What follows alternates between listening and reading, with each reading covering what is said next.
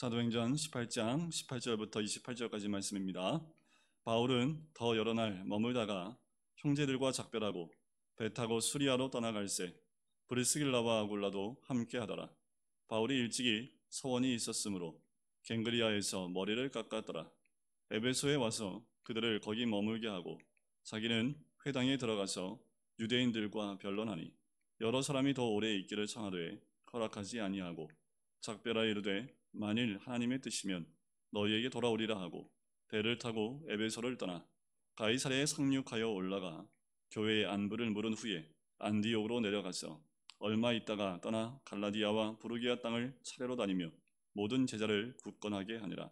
알렉산드리아에서 난 아볼로라 하는 유대인이 에베소에 이르니 이 사람은 언변이 좋고 성경에 능통한 자라.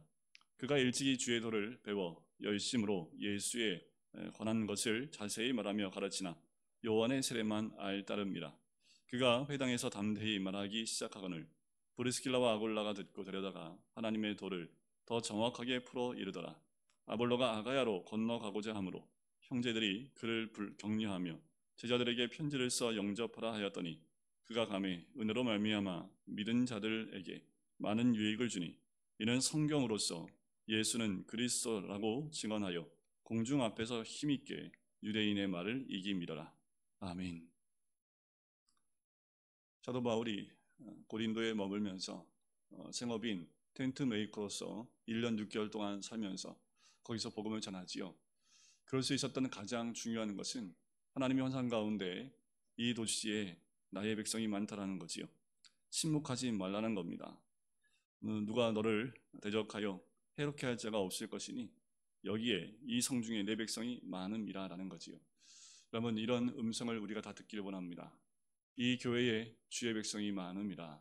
또 염두에 있는 모든 것에 내 백성이 많으니 내 입을 크게 열라 라고 하시는 주의 음성을 듣기를 주의 이름으로 간절히 축원드립니다. 얼마나 더 있을지는 알지 못했을 텐데 이 하나님의 음성을 듣고 하나님 백성이 많다는 이야기 듣고 사도 바울이 더 힘있게 복음을 전하고 1년 6개월 동안 복음을 전합니다. 당연히 반대하는 사람이 있을 수밖에 없지요. 사도 바울을 데려다가 또 잘못된 부분들을 이야기했지만 더 사도 바울을 괴롭히는 사건은 있지 않았습니다. 우리가 분명히 알아야 될 것은 아무리 복음이 널리 전파되어지고 많은 주의 백성이 있다 할지라도 반대하는 어둠의 세력이 있고 그것 때문에 어려움은 겪을 수밖에 없다라는 거지요. 복음이 가는 곳에 반드시 복음의 역사도 있지만 어둠의 역사도 반드시 있다라는 겁니다. 자, 바울이 이제 여러 날 더 머물다가 형제들과 작별하고 배를 타고요. 이제 수리아에 다시 그를 파송했던 안디옥으로 떠나갑니다. 떠나가는데 함께 하셨던 브리스길라와 아굴라, 함께 텐트를 만드는 일을 함께 했었던 이 부부도 함께 떠나게 됩니다. 거기서 고린도에서 갱그리아로 가지요. 거기서 서원이 있기 때문에 머리를 깎았더라라고 합니다. 무슨 서원인지는 알려져 있지 않지만 서원이 있었기 때문에 사도 바울이 머리를 깎았지요. 고린도에서 갱그리아는 약 10km 정도 떨어져 있는 도시인데 거기서 머리를 깎고 아마 배를 타고 19절에 보니까 에베소로 가게 됩니다. 에베소는 3차 선교 여행에 들러야 될 그 도시인데 2차 선교 여행에서 돌아올 때 잠시 이 에베소라는 곳에 들르게 되지요. 자, 거기에 브리스길라와 아굴라도 함께 들르게 되지요. 그리고 그들을 거기에 머물게 합니다. 그리고 자기는 또 회당에 들어가서 유대인과 변론하지요. 사도 바울은 어느 곳을 가든지 매번 회당에 들어갑니다. 그 중에 가장 중요한 건 자기 동족 유대인이 주께로 돌아오기를 원했던 거지요. 그래서 가는 곳마다 유대인들이 소동을 벌임에도 불구하고 또다시 회당에 가서 유대인들에게 복음을 전하고 변론을 합니다. 그랬더니 복음을 받아듣던 사람들이 오래 있기를 더 청하지요. 그런데 허락하지 않습니다. 그러면서 21절에 만일 하나님의 뜻이면 너희에게 돌아오리라 하고 배를 타고 에베소를 떠나게 됩니다. 거기에 브리스길라와 아굴라 부부를 남겨두고 이제 사도 바울은 하나님의 뜻이면 돌아오겠다는 말을 남기고 떠나가게 되지요. 여러분, 어느 곳을 가든지 떠날 때는 이거지요. 하나님 뜻이면 다시 만난다라는 거지요. 하나님 뜻이면 또 돌아온다라는 거지요. 지금 코로나 때문에 여러 가지 어려움이 있고 선교지에 많은 어려움이 있습니다. 특별히 미얀마는 더더욱 그렇죠. 미얀마는 쿠데타로 인해서 군부가 장악을 했고 여전히 동일한 상황 가운데 있습니다. 그러면서 지금 그 중심지는 다 장악을 했지만 그 이외에 시골 같은데 좀 살기가 어려운 동네에는 그 여파가 크지 않지요. 근데 중요한 건 모든 것이 코로나로 인해서 통행이 그리고 움직임이 다 멈춰버렸다는 겁니다. 그렇지 않아도 힘든데 먹고 살기 힘든데 코로나까지 걸리니까 다들 많이 힘들어하지요. 그런데 그 쿠데타가 일어나기 전에 한국에 비자를 받기 위해서 나왔던 이재희 선교사님이 지금도 들어가지 못하고 있습니다. 이재희 선교사님은 지금도 한국에서 미얀마에 있는 사람들을 위해서 미얀마에 남아있는 선교사님들이 공동체가 있는데 여기서 이제 코로나에 관계되는 의약품들을 모아서 지금 미얀마에 보내는 일을 감당하고 있으세요. 하나님 뜻이면 돌아가시겠지요. 성장님도 잘 아십니다. 남겨둔 그 영혼들, 수년 동안 섬겼던 그 영혼들이 있기 때문에 돌아가고 싶은 마음이 굴뚝 같지만 하나님 뜻이면 돌아가겠지요. 발을 동동 구른다고 일이 풀리는 것도 아니기 때문에 아마 선교사님은 한국 땅에서 할 수 있는 것이 무엇일까 하는 일을 찾고 또 미얀마 사람들을 돕기 위해서 이것저것 뛰어다니면서 그 일을 감당하고 있습니다. 선교사님 마음도 그렇고 저도 동일한 것은 하나님 뜻이면 반드시 하나님이 미얀마로 다시 돌아갈 수 있는 길을 열어놓으시겠지요. 여러분 우리가 어느 곳을 가든지 복음 가운데 이런 마음이 있어야 될 줄 믿습니다. 하나님 뜻이면 다시 만난다라는 거지요. 자, 헤어짐이 정말 복음 가운데 끈끈한 믿음의 형제들과의 관계 가운데 다시 만나고 싶은 그런 관계도 있을 수 있지만 서로 복음으로 그 영혼들을 구원하지 못한 그 마음 때문에 하나님 뜻이면 다시 돌아가야지라는 마음이 있을 수도 있겠지요. 여러분들 우리의 마음 가운데 이런 동일한 마음이 있는 사람들 또 그런 공동체가 있기를 주의 이름으로 간절히 축원드립니다. 저기도 동일한 마음은 코로나가 너무 이제 오래 가지요. 언제 끝날지는 모르겠습니다. 다시 우리 교회도 공동체 모임을 하고 또 오후 예배도 드리고 함께 식사도 했던 그때로 돌아갈 수 있겠죠. 언젠지는 모르겠습니다. 이제 그때가 또 그립고 또 함께 공동체 나눔을 하는 우리 성도님들의 모습이 그립기도 합니다. 하나님 뜻이면 돌아갈 수 있겠지요. 하지만 우리가 해야 될 것은 하나님의 뜻을 구하는 것이 우선이어야 된다는 겁니다. 하나님 이렇게 공동체 모임을 하지 못해서 흩어져 있는 심령들 또 코로나의 두려움 가운데 모이지 못하는 영혼들 그 믿음이 떨어질까 그 믿음이 연약해질까 라는 그 마음이 있지요. 여러분들 이렇게 배를 타고요 다시 이제 가이사에 상륙해서 이 에베소에 있는 교회의 안부를 묻고 다시 안디오고 내려갑니다. 자 23절에 보면 사도 바울의 마음이 여기에 또 있지요.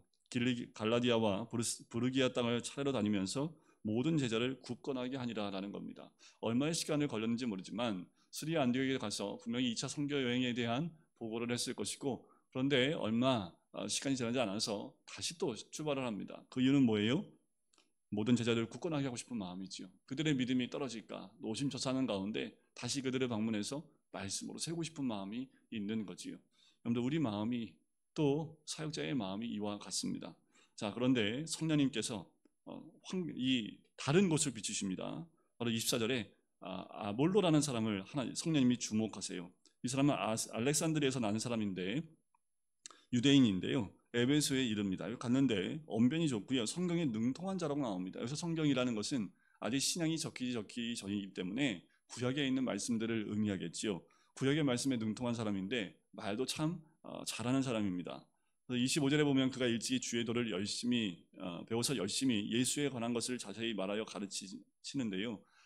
구약 말씀에 나와 있는 메시아에 대한 가르침이겠지요. 그래서 메시아가 오면 어떨 것이라는 것을 가르칩니다. 그런데 어디까지입니까? 요한의 세례만 알따름이 이 말이 뭐냐면 구약의 말라기에 보면 이 세례 요한까지의 예언이 나옵니다. 그러니까 딱 거기까지예요. 복음에 대한 부분이 아니라 구약에 나와 있는 메시아에 대한 그 모든 것들은 다 꿰뚫고 있는데 어디까지요? 세례 요한의 세례까지만입니다. 아직 예수 그리스도의 십자가의 사역과 또 그 복음, 부활에 대한 것을 전혀 모르고 있다는 거지요. 가만히 브리스길라와 아굴라가 들어보니까 이 사람이 메시아에 대한 갈망이 있고 말씀도 있습니다. 그런데 아직 십자가와 부활에 대해 모르고 있기 때문에 26절 뒤에 보면 하나님의 도를 더 정확하게 풀어 이르게 됩니다. 여러분 우리가 브리스길라와 아굴라가 되어야 됩니다. 우리 주변에 이 아볼로처럼 하나님의 백성임에도 불구하고 또 하나님에 대한 관심이 있고 알매도 불구하고 정확하게 복음을 모르는 자에게 그 복음을 전할 수 있도록 우리 안에 복음을 소유하고 있어야 됩니다. 일단 그에 대해서 주목할 수 있고 또 아볼로를 볼 수 있는 영혼이 열려야 될 뿐만 아니라 그에게 복음을 전할 수 있도록 내 안에 있는 살아있는 복음을 가지고 있어야 된다는 거지요. 정확하게 무엇인지 풀어 이르게 됩니다. 이 아볼로라는 사람이 말씀을 알고 있는 사람이다 보니까 메시아가 예수 그리스도임을 쭉 이야기하며 십자가 사역이 구약에 나와 있는 그 말씀들이고 다시 부활할 것에 대한 구약의 말씀들을 알려주니까 아볼로가 어떻게 해요? 그 도를 정확하게 꿰뚫기 시작을 합니다. 그래서 27절에 아가야로 떠나고자 하지요. 그래서 브리스길라와 아굴라가 편지를 써서 영접하라고 형제들에게 보냅니다. 그가 27절 끝에 보니까 은혜로 말미암아 믿은 자들에게 많은 유익을 줘요. 여러분, 믿는 자에게 주는 유익은요, 복음입니다. 말씀입니다. 깨달음입니다. 우리가 날마다 아침마다 새벽마다 주의 말씀을 우리가 듣고 깨달은 것이 형제들한테 유익을 주는 거예요. 말씀의 깨달음이 내 주변에 있는 많은 자들과 나눌 때 그것이 유익이 된다는 겁니다. 오늘 매일 아침마다 새벽마다 듣는 이 말씀들을 붙잡으셔야 돼요. 깨달으셔야 돼요. 은혜로 말미암아 믿는 자들에게 많은 유익을 주는 말씀이기 때문이지요. 말씀에서 벗어나지 않고 말씀 주신 그 말씀을 부여잡고 오늘도 누구에게 유익을 줄 수 있을까? 또 기도하며 준비할 때 하나님 분명히 만나게 하는 사람이 있습니다. 28절에 이는 성경으로서, 내가 구약 말씀을 의미합니다. 성경으로서 예수는 메시아 그리스도라고 증언하여 공중 앞에서 힘있게 유대인의 말을 이기라는 거지요. 사도 바울처럼 유대인들과 쟁론하고 변론할 때 유대인들의 말을 이길 수 있는 그 능력이 어디 있습니까? 성경에 도통한 사람이었기 때문에 그래요. 어제도 전도서의 말씀을 우리가 배웠지만 다 헛되잖아요. 뭐만 남습니까? 주의 말씀만 남습니다. 주의 뜻만 남습니다. 주의 계획하심만 남습니다. 우리가 이것을 기억하고 오늘도 주님 앞에서 우리가 만나는 모든 사람들 말로 이긴다고 그들이 이길 수 있어요? 이길 수 있을지 모르지만 그런 돌이킬 수 없겠지요. 하지만 복음 앞에 있을 때 그것을 변론하는 자들에게는 담대히 주의 말씀을 나눌 수 있는 준비가 되어 있어야 될 줄 믿습니다. 그러기 위해서는 우리가 날마다 말씀의 은혜를 누리고요. 그 안에서 참 은혜를 누릴 때 우리가 어느 곳에서 누구를 만나든 하나님 만나게 하는 자들에게 주의 복음과 하나님의 말씀을 전하는데 부족함이 없게 될 줄 믿습니다. 성령의 은사입니다. 여러분들 우리 모두가 이 은사를 누릴 수 있습니다. 간구하고 또 기도할 때 분명한 것은 하나님이 복음 전하는 것을 그 무엇보다 기뻐하시기 때문에 우리 모두에게 입술의 말씀을 반드시 주십니다. 기도하고 또 주님 말씀 앞에 우리가 무릎 꿇을 때 주의 뜻을 따라 하나님이 계획하신 대로 이루어 나가는 하나님의 사람, 우리가 아볼로가 될 수 있고요. 우리가 브리스길라와 아굴라가 될 수 있습니다. 어느 위치에 또 어느 곳을 가든지 이들처럼 주의 복음에 쓰임받는 하나님의 사람이 되도록 준비되어지는 우리 모든 성도님 되시기를 주님의 이름으로 간절히 축원드립니다. 기도하겠습니다. 사랑해 주님, 오늘도 주의 말씀 앞에 나왔습니다. 아버지 사도 바울처럼 아버지 하나님, 그가 가는 곳마다 주의 뜻이면 하나님의 뜻을 따라 순종해 나가는 사도 바울의 모습을 봅니다. 또 아볼로처럼 또한 브리스길라와 아굴라처럼 자신의 있는 그 처지 가운데 주의 뜻을 이뤄나가며 하나님께 쓰임받는 하나님의 전도자로 쓰임받을 수 있도록 우리도 우리가 있는 자리에서 각자의 그 모습 가운데 주님께 쓰임받는 하나님의 사람이 될 수 있도록 축복하여 주시옵소서. 감사드리며 예수 그리스도의 이름으로 기도드립니다. 아멘.